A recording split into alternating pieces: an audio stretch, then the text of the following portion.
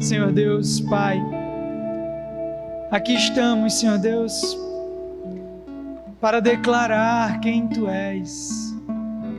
E Tu és, Senhor Deus, tudo o que nós mais desejamos e ansiamos. Tu és soberano, grandioso, santo, santo, santo.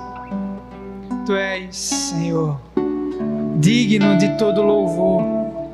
Não há outro como Tu, Senhor. Não há quem podemos Te comparar. E por isso nós declaramos nessa manhã toda a Tua majestade santa. Nos rendemos aos Teus pés, porque sabemos que Tu és, Senhor, o nosso Salvador. Rendemos-nos, Senhor Deus, as nossas vidas nas Tuas mãos, porque sabemos que Tu és o único caminho, Tu és a única verdade, em Ti está a vida. Portanto, nós também Te pedimos que Tu venhas com Teu Espírito sobre nós. Vem cuidando, vem consolando, vem transformando, Senhor Deus, as nossas vidas. Vem nos fazendo, Senhor Deus, mais semelhantes a Ti. Molda, Senhor Deus, os nossos corações. E enche-nos, Senhor Deus, nessa manhã da esperança que há em Ti, ó Cristo Jesus. Na esperança que há em Ti de uma nova vida, de um novo nascimento, a esperança de uma vida eterna ao Teu lado. A esperança de um lugar que já não haverá mais choro, nem dor, nem doenças, nem tristeza, nem pranto. Um lugar onde haverá a Tua paz. E onde ali desfrutaremos de uma comunhão contigo. Portanto, ó Pai, fala aos corações nessa manhã. Que o Senhor tire, Senhor Deus, tudo que possa impedir de ouvirem a Tua voz. Eu Te peço, Senhor, que Tu me uses como instrumento. Que eu diminua para que Tu cresças, Senhor Deus. Resplandece a Tua face sobre a minha e faz, Senhor Deus, de mim alguém usado para o louvor da Tua glória. E Te peço, Senhor Deus, que sejam bem-aventuradas as palavras dos meus lábios e o meditar do meu coração diante da Tua face, ó rocha minha e Redentor meu. Amém e amém. Amados, vamos ler mais uma vez o texto que está lá no livro do profeta Isaías, no seu capítulo 9, do verso 1 ao 7, diz assim: Mas para a terra que estava aflita, não continuará a obscuridade. Deus, nos primeiros tempos, tornou desprezível a terra de Zebulon e a terra de Naftali. Mas nos últimos tornará glorioso o caminho do mar, além do Jordão, Galileia dos gentios. Um povo que andava em trevas viu grande luz, e aos que viviam na região da sombra da morte, resplandeceu-lhe a luz. Tens multiplicado esse povo, a alegria lhe aumentastes. Alegre-se eles diante de Ti, como se alegram na ceifa, e como exultam quando reparte os despojos. Porque Tu quebrastes o jugo que pesava sobre eles, a vara que lhes feriu os ombros e o cetro do seu opressor, como no dia dos midianitas. Porque toda a bota com que anda o guerreiro no tumulto da batalha, e toda veste revolvida em sangue, será queimadas, servirão de pastos ao fogo. Porque um menino nasceu, um filho se nos deu, o governo está sobre os seus ombros, e o seu nome será Maravilhoso, Conselheiro, Deus Forte, Pai da Eternidade, Príncipe da Paz, para que se aumente o seu governo e venha paz sem fim sobre o trono de Davi e sobre o seu reino, para o estabelecer e o firmar mediante o juízo e a justiça, desde agora e para sempre. O zelo do Senhor dos Exércitos fará isto. Palavras do Senhor, demos graças a Deus. Amados, hoje nós, como disse no início desse culto, iniciamos o tempo do advento. A palavra advento é uma palavra de origem latim, que quer dizer chegando, vindo. Na verdade, esse tempo foi desenvolvido na história da igreja e começou-se a celebrar isso por volta do século IV depois de Cristo. E a igreja celebra desde então esse tempo na recordação, na preparação, na expectativa pelo nascimento de Jesus. Mas também, em uma segunda faceta, essa festa ou esse tempo, ele também é celebrado não apenas por aquilo que passou, pelo nascimento do Salvador, mas também por aquilo que virá. Deus virá de uma nova forma, Cristo voltará para nos buscar. Ele prometeu que viria para buscar a sua igreja. Ele disse: eu estou indo, mas voltarei. Sabe, nós estamos agora vivendo entre a primeira vinda, o primeiro advento e o segundo advento, a segunda vinda. E esse tempo é um tempo de preparação, é um tempo de vigilância, é um tempo de estarmos atentos aos sinais, aos prodígios, a tudo que o Senhor está fazendo, mas muito mais. É um tempo de eu e você nos prepararmos. É um tempo em que os nossos corações devem estar preparados. Nós devemos buscar ao Senhor enquanto é tempo. O profeta diz: procurem o Senhor enquanto é tempo. É tempo então de procurar a Ele. É tempo então de ir a Ele. E sabe por quê? Porque é tempo também de crer numa esperança que não falha. Sabe, Jesus, Ele veio para nos dar uma nova esperança, para gerar em nossos corações uma esperança não passageira, mas uma esperança eterna, não uma esperança que falha. Nós temos em nosso contexto ocidental a palavra esperança de diferente maneira do que os orientais eles têm. Para nós a esperança é algo que possivelmente pode acontecer, como por exemplo nós dizemos: eu espero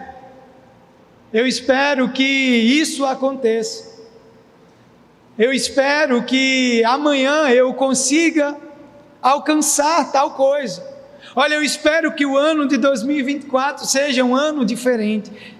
A esperança que nós temos é uma esperança transitória. A esperança para nós ocidentais é uma esperança que não é consolidada, concreta. Mas quando alguém no Oriente fala sobre esperança, e esse é o contexto em que esses homens eles viviam, em que a Bíblia foi escrita, no contexto do pensamento oriental, e eles falam sobre uma esperança. E essa esperança é algo concreto, é algo que não passa, é algo que não falhará. Eu e você somos chamados a uma esperança que não falha, uma esperança que já está decretada. Jesus virá e restaurará todas as coisas. Você crê nisso? Você crê que Jesus estará reinando sobre tudo e sobre todos? Você crê que Jesus, Ele de fato fará aquilo que Ele prometeu? Mas amados, também é bem verdade que nós vivemos em um tempo sombrio, um tempo onde a tristeza, o desespero, o desamor, eu posso até falar, a desesperança toma conta do mundo. Vivemos em um tempo que muitas vezes, onde olhamos, vemos o desespero. Amados, a cada dia que passa, temos notícias mais trágicas, nos deparamos com situações de partir o coração.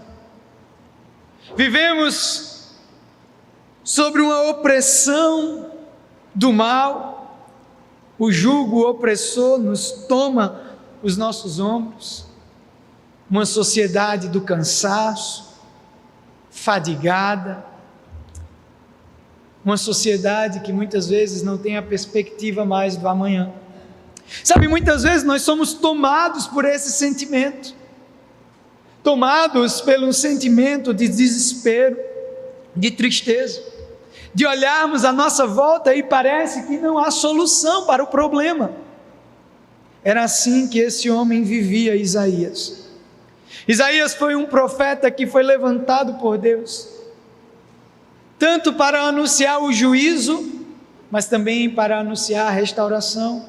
E Isaías, ele viveu nesse tempo em que Israel estava sendo tomado por uma tristeza profunda. No tempo de Isaías, o povo passou a habitar sobre o domínio estrangeiro. O povo estava ali vivendo em trevas, pela rejeição das orientações de Deus. Em outras palavras, eu posso dizer que no tempo de Isaías, o povo vivia segundo a sua própria mercê, segundo o seu próprio entendimento, segundo as suas próprias cobiças e desejos. O povo vivia diante de uma escravidão espiritual. O povo vivia sobre o fardo pesado do pecado. E tudo isso, como disse, resultou em que esse povo se tornasse um povo aflito pelo domínio estrangeiro. Sabe, os lugares da Galileia tinham sido os primeiros lugares a serem invadidos. Imagine você hoje aqui, tendo a sua liberdade, de repente o país era invadido e já não temos mais a nossa liberdade. Era assim que aquele povo vivia, e Isaías levanta-se para profetizar uma mensagem de esperança.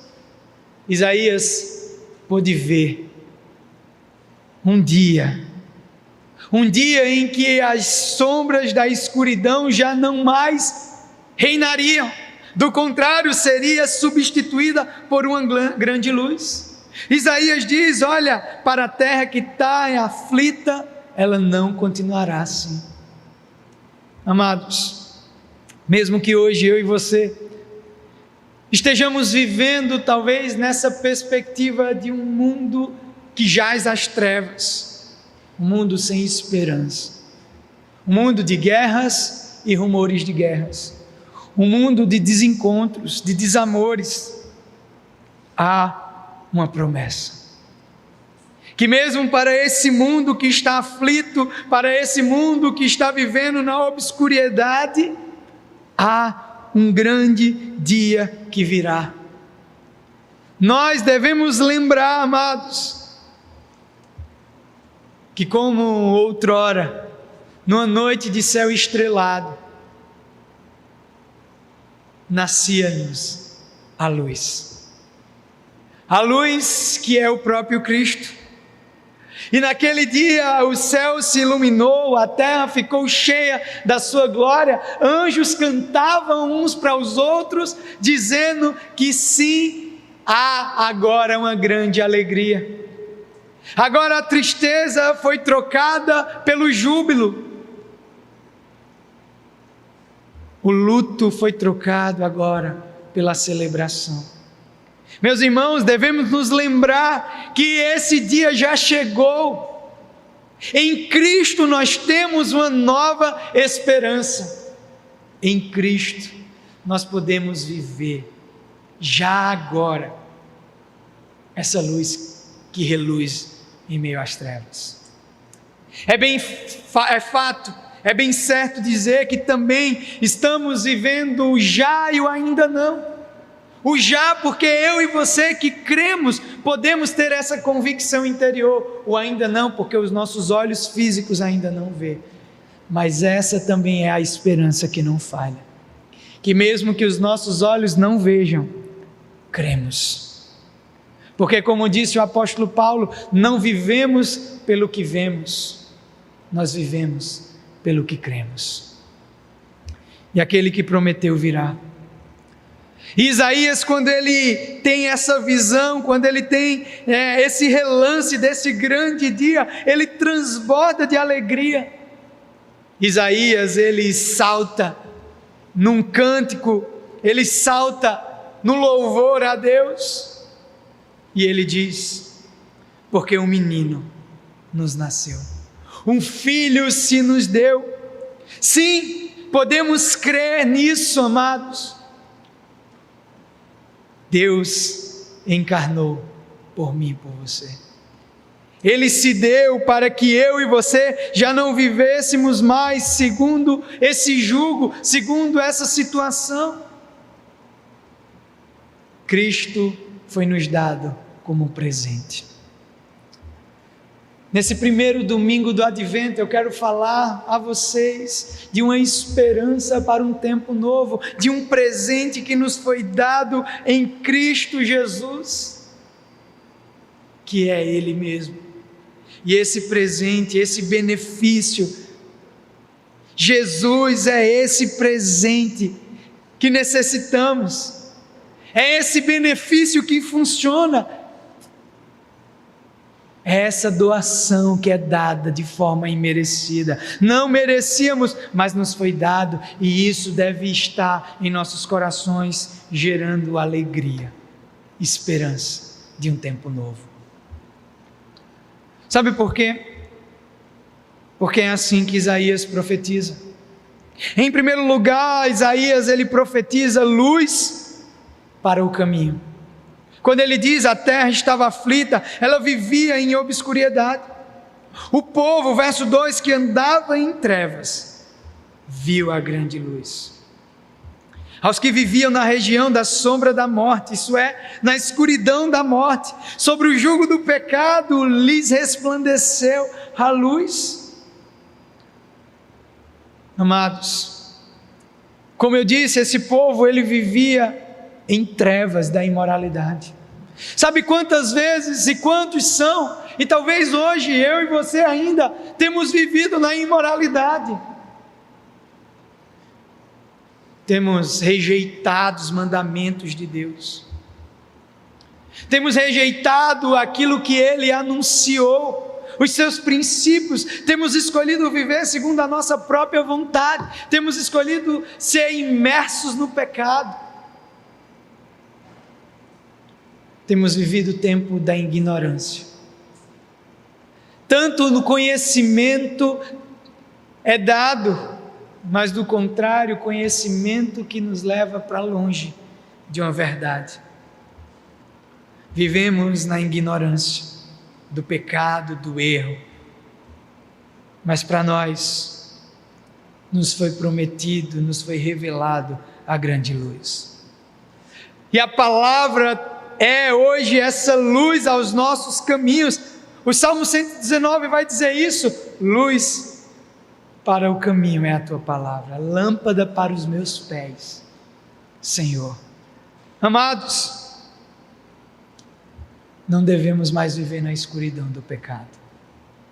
Devemos lançar sobre esse menino que nos foi dado, sobre esse Cristo que nos nasceu, a nossa vida. Andar segundo o caminho da luz é andar não mais em trevas, não mais segundo as nossas próprias cobiças e concupiscências, os nossos desejos dos nossos olhos. Do contrário, devemos viver a esperança de uma vida nova, rejeitando tudo aquilo que é a aparência de trevas, tudo aquilo que é a aparência do mal. Porque Deus está nos dando um novo tempo. Você crê nisso? Quantos aqui já puderam ter essa revelação da luz de Cristo, o nosso Senhor? Eu sou a luz do mundo. Quem me segue não andará em trevas, mas terá a luz da vida. Você é chamado a essa vida, a essa luz. Jesus veio para iluminar as trevas e dissipá-las do seu coração. Então para de dizer, eu não consigo mudar, eu sou assim mesmo, eu tenho que viver assim. Não, porque se você foi um iluminado, e o autor de Hebreus diz isso, uma vez iluminado já não tem como voltar. O coração da gente foi iluminado por essa luz que reluz da eternidade. Há uma nova vida para você viver. Pare de viver fadado, cansado, estagnado pelo seu pecado. Lance sobre ele e você verá uma vida nova começar a acontecer. Mas Jesus, ele não nos promete. Isaías apenas não vê uma luz para o caminho, ele continua. Ele diz que já não haverá mais opressão sobre nós. O verso 4 diz: porque tu quebrastes o jugo dos que pesava sobre eles, a vara que lhes feriu os ombros, o cetro do seu opressor, como no dia dos midianitas. Amados, além de iluminar, de nos trazer conhecimento, de saber quem nós somos, do nosso pecado, ele quebrou o jugo, isso é, ele te deu liberdade. Para a liberdade, Cristo vos libertou. Foi para uma vida não mais fadada ao fracasso. Essa história de dizer, eu não consigo me livrar disso, em Cristo já não existe, porque dos que de Cristo se revestiram, de Cristo passaram a viver. Sabe, amados, Jesus nos chamou, aquele povo, Israel estava vivendo uma opressão inimiga, eles estavam vivendo cativos, eles precisavam cumprir ordens da outra nação, assim como muitas vezes, antes de conhecermos a Cristo, estamos vivendo na opressão do pecado, estávamos vivendo sobre as ordens do maligno, era ele que ditava as regras, era ele que dizia o que deveríamos fazer. Mas Cristo nos libertou. Paulo vai dizer antes, vocês eram escravos do pecado, agora vocês são escravos da justiça, isso é, vocês foram libertados para viver uma vida nova em Cristo Jesus. Há liberdade, meu irmão. Você já não está mais sobre o domínio das trevas. Você crê nisso? Você crê que já não há mais domínio do mal sobre aqueles que estão em Cristo Jesus? Porque Cristo disse, esse é meu. Nós devemos viver essa liberdade. Nós não devemos mais viver, amados, como eu disse, pautado pelos nossos desejos, mas devemos viver pautados por uma escolha que na nossa liberdade vamos fazer, de servir a Deus com alegria. Sabe, a gente vive num tempo de tanta opressão, que fazer aquilo que nós somos chamados a fazer por Cristo, muitas vezes é quase que um peso. Sabe por quê? Porque vivemos tão aprisionados pela opinião do outro, pelo que o outro vai pensar, pelo que o outro vai dizer, que vivemos escravizados pela opinião alheia. Sabe, no tempo de redes sociais, onde o que vale é o que você mostra ser, o que vale é os likes que as pessoas dão, o que vale é aparentar ali e que as pessoas lhe elogiem, porque o que vale é me encaixar nesse mundo. Jesus também te chama para quebrar esse jugo e viver a liberdade de uma vida com Ele. De dizer assim, eu sou diferente, porque Cristo me chamou para não viver segundo os costumes e a cultura desse mundo. Eu sou livre para adorar, eu sou livre para fazer aquilo que Ele me chamou a fazer. Foi para essa liberdade que Ele te libertou.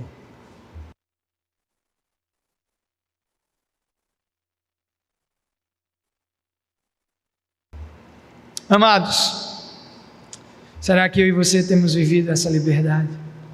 Ou será que estamos presos ainda ao pecado? Estamos presos àquilo que importa para os homens? Cristo já quebrou o jugo. E é por isso que Ele te convida: vinde a mim todos vocês que estão cansados e sobrecarregados, e eu vos aliviarei. Tomai o meu jugo e o meu fardo, porque sou manso e humilde de coração, e vocês encontrarão descanso para as vossas almas.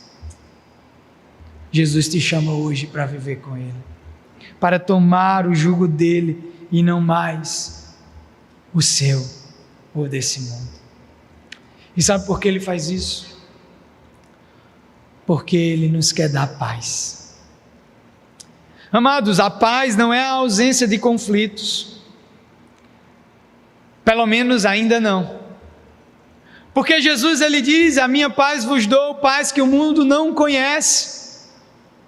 Eu estou indo, mas eu deixarei a minha paz com vocês. O apóstolo Paulo, entendendo isso, ele escreve que é paz em meio a guerras, é paz em meio ao conflito. Sabe, é essa paz. Jesus nos chamou para viver numa paz. Olha o que diz o verso 7: para que se aumente o seu governo e venha paz sem fim. Sim, amado, Jesus quer nos dar paz. O verso 5, ele vai trazer uma ilustração de um guerreiro que agora volta da batalha e já não mais precisa lutar, porque a paz foi estabelecida.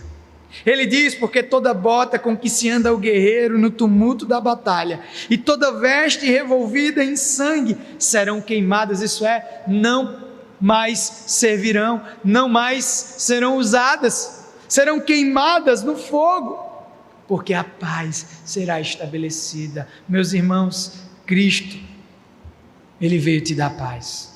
E que paz é essa? Que paz é essa? Que ainda a gente vai viver conflitos, a gente vai viver dificuldades. Que paz é essa? O anjo, quando anuncia aos pastores o nascimento de Jesus, ele diz: eu vim vos dar boas novas de grande alegria. É que nasceu na cidade de Davi o Salvador, aquele que veio estabelecer a paz entre os homens e Deus. Amados, essa é a paz que Deus está trazendo ao meu e ao seu coração. Antes eu e você estávamos distantes, antes não tínhamos mais contato com Deus, mas em Cristo nos foi dado de volta a paz com Deus e com o próximo. É essa paz. É quando tudo está caindo, eu tenho a convicção que Deus continua comigo. Deus, Ele continua contigo, independente da situação. Se o teu coração está em Cristo, tenha certeza, amados, que você pode ter esperança de uma paz eterna, que você pode ter uma esperança de que Ele está cuidando de tudo. Porque mesmo que você venha a sofrer, mas ao abrir dos olhos, na eternidade, você verá o grande Rei. Esse presente nos é estabelecido dessa maneira. Veja que interessante, porque Isaías, ele então irrompe nesse cântico, dizendo que um filho nos deu, um menino nasceu, e ele será chamado como? Maravilhoso Conselheiro. Porque para um caminho de trevas, nós precisamos de alguém que nos direcione, que nos oriente, que nos diga qual o caminho devemos andar. Para alguém que vive sobre o jugo opressor, alguém que vive sobre a escravidão, ele precisa de alguém forte para lutar por ele. Ele diz, ele terá o nome de Deus forte. Ele será forte na batalha para livrar você do mal. Cristo é todo poderoso, Ele pode te livrar da enfermidade, Ele pode te livrar do jugo do pecado. Ele diz, Ele será o Pai da eternidade e o Príncipe da paz.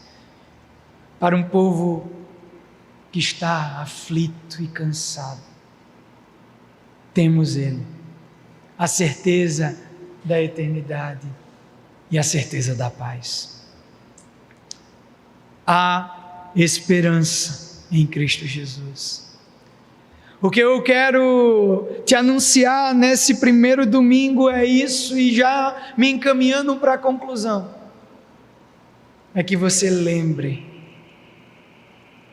que Ele já venceu, que Ele já estabeleceu o seu reino sobre aqueles a qual se renderam a Ele. Onde está o teu coração, amados? Eu te pergunto, onde está o teu coração? A esperança floresce no coração daqueles que aceitam a Jesus. A esperança floresce no coração daqueles que se abrem para esse menino que nasceu, sem pompa. Ele não tinha aparência de rei, ele não tinha aparência de realeza, mas ele se deu para que eu e você pudéssemos nos render à sua grandeza, à sua realeza. Mas para a terra que estava aflita, ela não continuará assim.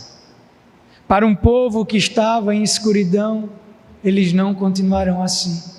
Para você, meu irmão, minha irmã, presta atenção aqui, deixa o povo do louvor ali.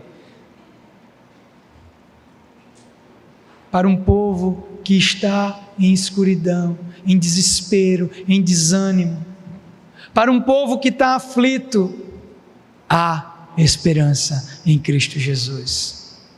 Olha para a cruz, olha para Ele. Ele venceu e Ele anunciou: eu estou voltando.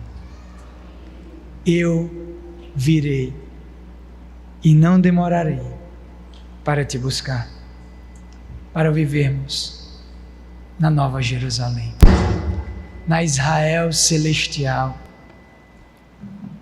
a qual não haverá nem dor, nem tristeza, nem enfermidade. Ali adoraremos com liberdade ao Cordeiro de Deus. Que Deus te abençoe. Vamos louvar ao Senhor.